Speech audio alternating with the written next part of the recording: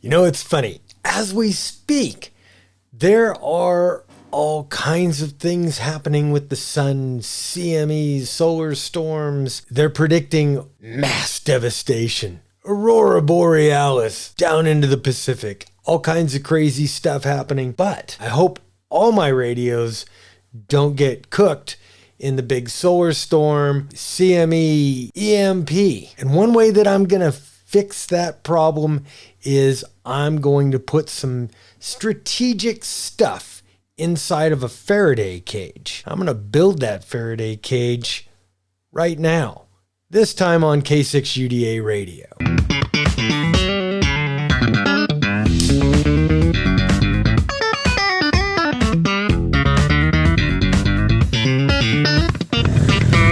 Let's do this. My biggest fear has always been an EMP attack.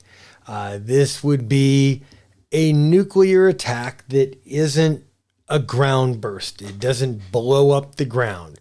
They pop off a nuke 125 miles above the earth, say in the heart of Kansas.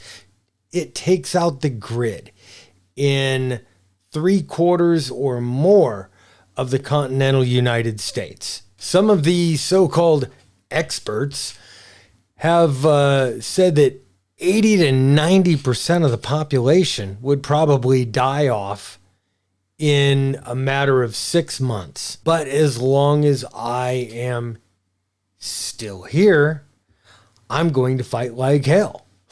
And one of the ways that I'm going to fight like hell is I want to keep my precious communications alive and well. I want to be able to get back online, get those items back online when I need them. Now, I don't know if things like this are susceptible to an EMP, but they are digital. They do have little capacitors inside. So I assume that maybe, just maybe, they're susceptible to a weapons-grade EMP. Holographic weapon sights. That could come in very, very handy in a post-apocalyptic kind of a world. And how are we going to protect all this stuff? I'm going to put everything in a Faraday cage. And today I'm going to build a Faraday cage and we're going to test it right here on the show. But before we do, I want to give you the big ask again. Please, if this video is at all helpful to you, please give it a thumbs up. Also, share the video, because if you like it, chances are other people in your circles are going to find it interesting, find it helpful. If you haven't already subscribed to the channel, please do that. Hit the bell notification and consider a channel membership. It really helps me out. It helps out more stuff, funding more stuff for us to look at, more stuff to review. And with that, back to the show. Today, kids, we're going to make our very own Faraday cage out of a $14 garbage can. It's like basic arts and crafts. So I'm going to do a little tracing around the base of my garbage can. That's going to give me the bottom. Cut that out with a pair of scissors or a sharp knife.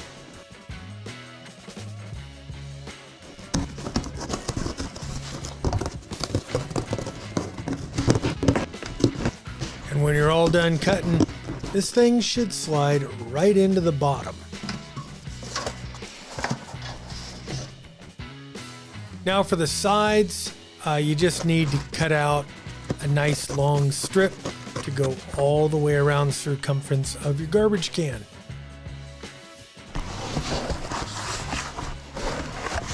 I call this the arm break.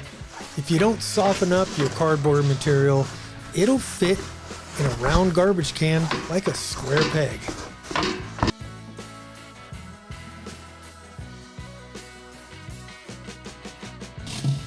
Now you'll notice the seams, two of them on the sides of this bucket and the handles. The experts would call these potential points of failure. So what I've done is gone ahead and used my 3M metal tape and taped up the insides, creating a better seal. As for sealing the lid, I tried 3 different methods. Method number 1 was folded over tin foil and just sealing it with the pressure of the lid. Method number 2, the electrical gasket I picked up on Amazon. This third method of sealing the lid requires a knife to get in, so it kind of makes a mess and it's kind of a pain in the ass to get stuff. Sorry to interrupt here, but here's a couple of fun facts. First of all, a little word about a Faraday cage. You guys have heard of the attenuator on your radio. So your standard homemade Faraday cage is nothing more than an attenuator. It doesn't blank out every signal there is known to man. It reduces the RF signal. It reduces the EMF signal, and a few different ways that people can measure that. Number 1, EMF meter here. You could see it's already going off, and it's going off just because of the stuff in Studio A. Move it a little bit closer to the camera here, camera 1 in Studio A, and it goes off and it gives you that reading. And if I put it over here, it gives me another reading and another signature from camera 2. The second way people are measuring their signal from in their Faraday cage or from their Faraday cage is using the phone.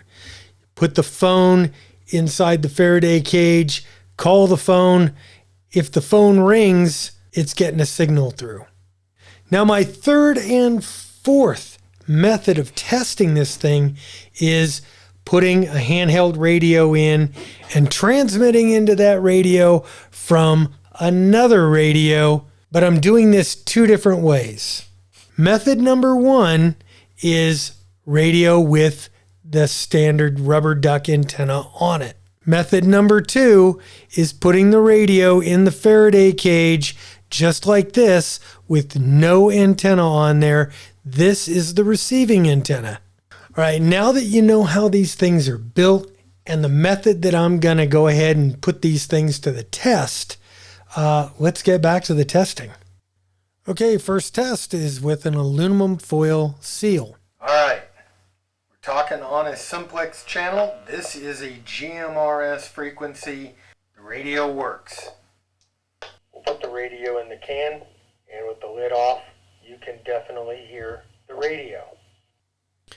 Now for test number 1, the RF signature on this handheld was significantly reduced. You could tell it's barely getting a signal with the antenna on. Okay. Now test number 2 with the cell phone inside of a sealed can, and you could see it is getting a signal in. Test number 3, the phone inside of a commercially available Faraday bag. There's enough attenuation that no signal is getting to the phone. And test number 4, this was another commercially available Faraday bag. Now this EMP bag did leave enough signal getting through both the can and the bag to trigger the phone. Now I guess we need to have a little word about Faraday bags, EMP bags. These are 2 commercially available EMP or silent bags. This is called a Tech Protect. They come in a whole bunch of sizes. I have huge 5-gallon bags like this that I put HF radios in. This is a little wallet that you can slide your phone into, seal it up, and take yourself offline. Alexa, call my phone.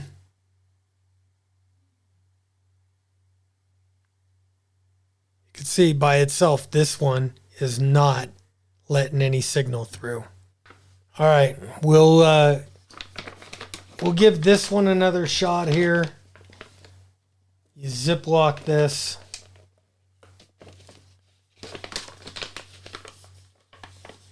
And I'll double it up. Alexa, call my phone.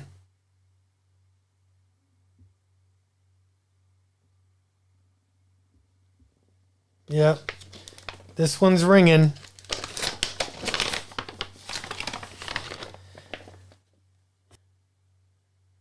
This one's definitely ringing.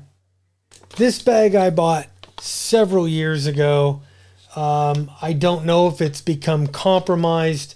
There's some bends in it, some kind of gouges, and it might have compromised the bag. I don't know, either that or maybe the bag just sucks. Okay, antenna comes off.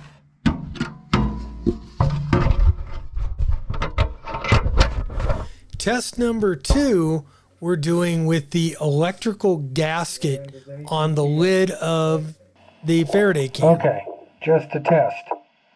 Antenna's off, lid is off, and the radio key's up.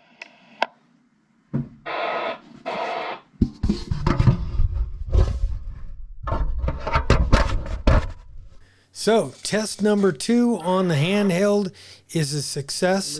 This is with the electrical gasket in place. The handheld is not getting keyed up by the other handheld right outside.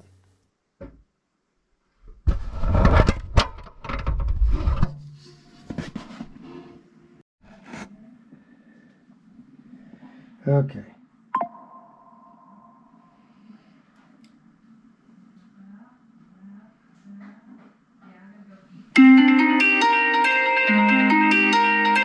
So that was the lid off. Now, with this new lid, or this configuration,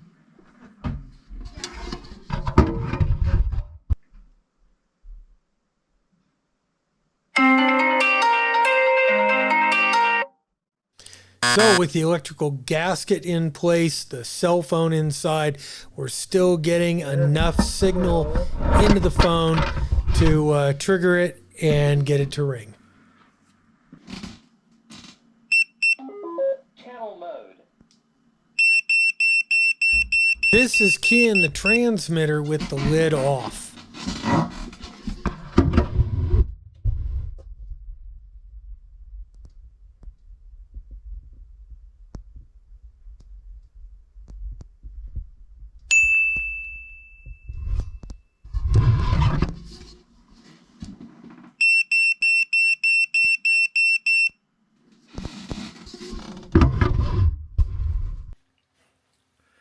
Okay, now we've created a pretty decent seal here.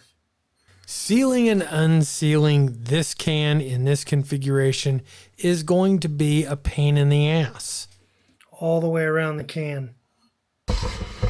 Okay, you could call me lazy, you could call my science shit, but I'm not going to tape and untape this damn can to do 50 different tests. Okay, so you've got the EMF meter in and the receiver radio, and I did one test and then cut it open. Hello. 1, 2, Interesting 3, 4. how the RF meter read 0 while we were still getting a little bit of signal. So, did the DIY Faraday cage perform up to standards? I don't know. I think it's better than not trying to protect your gear at all. It did a pretty good job, especially doubled up with another Faraday bag inside of it.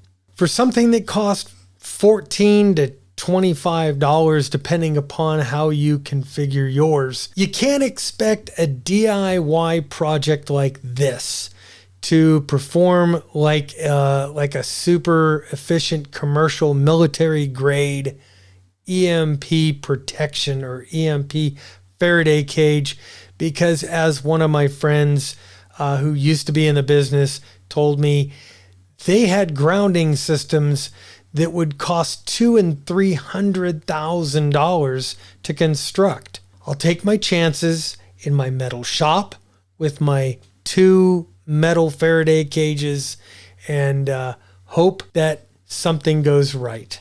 Anyway, brings me to my last point is, what are you going to put in this thing? What am I going to put in my Faraday cage? Well, now, number one, I've ruled out using the foil here. On one of these, I'm going to use my electrical gasket here. And on my other can, I'm going to use the taped up version. I will do this a little bit nicer.